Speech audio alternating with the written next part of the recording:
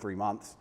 And if they put me back, I know what I'm going into. So that's a unknown area of the map explored. Yes. And I don't want to go, but I do believe that I'm more powerful than ever. And you have to find the good in it. That's absolutely not for sure.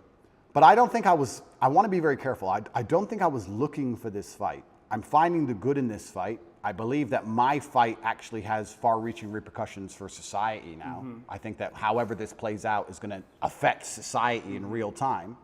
I wasn't looking for it, but I was never... Did you attract it in some way? Well, if you are a force for good, then the evil is going to attack you, isn't it? And I do genuinely believe this is the battle of good versus evil in the world today. I believe that truth is always going to be on the side of good. I am religious. I believe the things I say most people knew were true only 10 to 15 years ago. I don't think they're radical ideas. And I think that there is an evil force in the world which is extremely deceptive. And they are out to try and silence me. Not because what I say is wrong. It's in fact because what I say is right. I believe the reason I have so much influence and the reason so many young boys listen to me and pay attention to me is because I say things that are true, that they know intrinsically, evolutionarily, inside of their bones as true. That I say things which work. People often wonder why my fan base is so feverish, why my fan base is so dedicated. Well, if they listen to me, it's the first time they ever feel good. The first time they ever train hard and start to feel better physically, and they start to feel better mentally, and they adopt my mental model, and now they're not stressed or depressed anymore. And then they may start to make some money, and they go, you know what, I started listening to Tate a year ago. I'm in the best shape financially, the best shape physically, the best shape mentally. Tate's the man. So they're hyper dedicated to me. And yeah, I mean, there's going to be a negative to that. I want to make something clear. I've been brutally aware of the fact that all of this might blow up in my face for a very long time. I've not been ignorant to that. And I think that's why jail didn't cause me pain. Because I wasn't in jail like, how did this happen? I was in jail thinking, they got me. I knew it. They've been after me for a long time.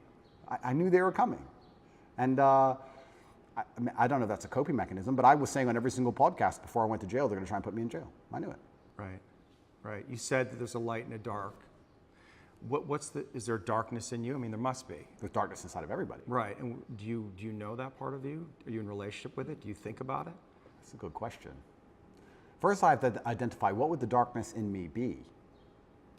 Well, let me present something to you, because I stood up for you after you got canceled off social media, and I have a lot of female clients, and they had questions about that. I mean, they know me and they trust me, so they're curious. Yeah.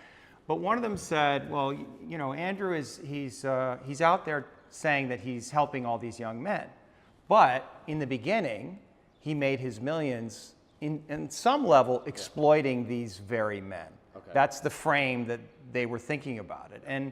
Is there validity in that, in what they're saying? Because I didn't know how to answer that question.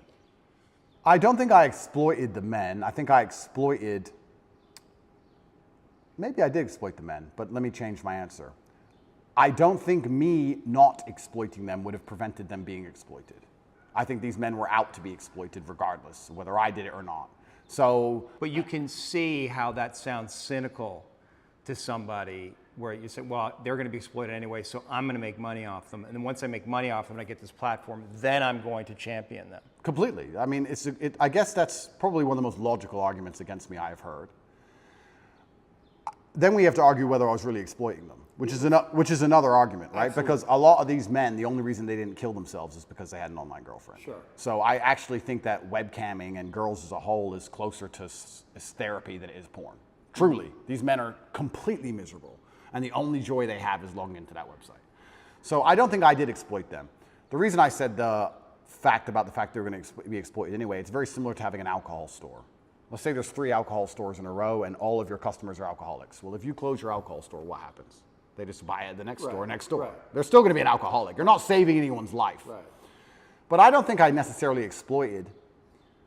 I didn't see myself as exploiting them or exploiting the girls. I don't think that. I think it was a business opportunity, and I approached it the way I approach everything, which is extremely professionally, and I got good at it, and we had a very successful company. Everybody was happy, including the men at home and including the women who all became millionaires. I've turned more women into millionaires than I've turned men into millionaires. So... But maybe that's the reason they're coming after you, because they feel in that a contradiction, and they're not buying your story.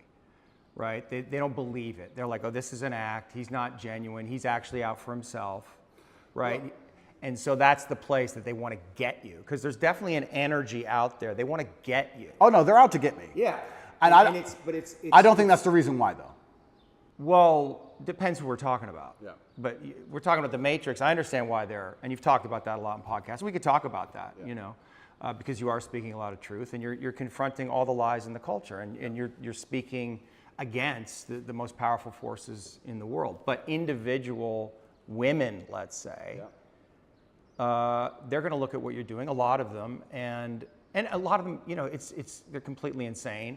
And they're looking at these little clips, and they're distorted in their own feminism, and maybe unconsciously they can't reconcile to the fact that they would actually want a man like you. I think that's a lot of what's going on. It's like projection. I'd agree with that. You know, nevertheless, there is an energy that's like they want to get you. They want you to be punished in some way. Yeah. And so, like, how do you, like, what do you do with that? How do you deal with that? Like, how do you answer to that? Like, if that woman was sitting here, what do you say to her? Yeah, I would say that her argument to a degree is a logic fail. Let's take it away from webcamming. It's a female. Logic.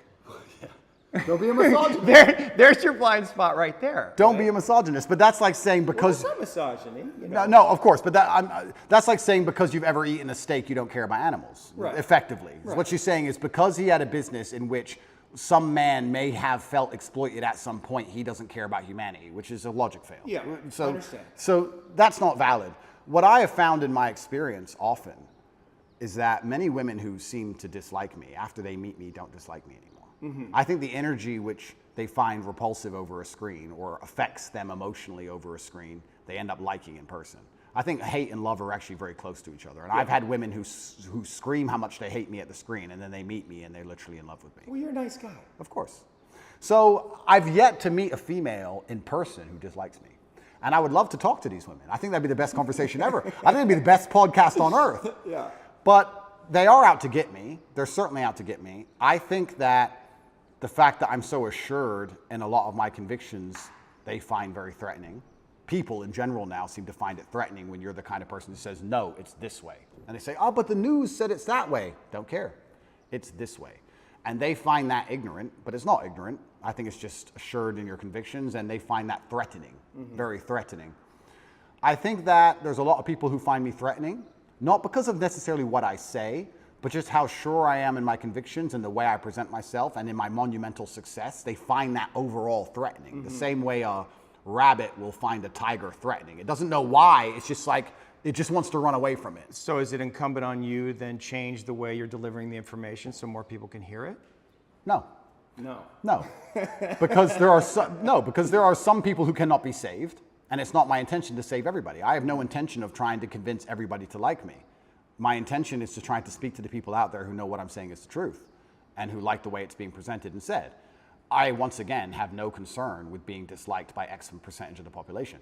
And I want to make this clear. I've spoken to a lot of people who have talked about how their mental health has been affected by, you know, online bullying and media campaigns and smear campaigns. I don't think anybody's been attacked by the media in the last 2 years harder than me.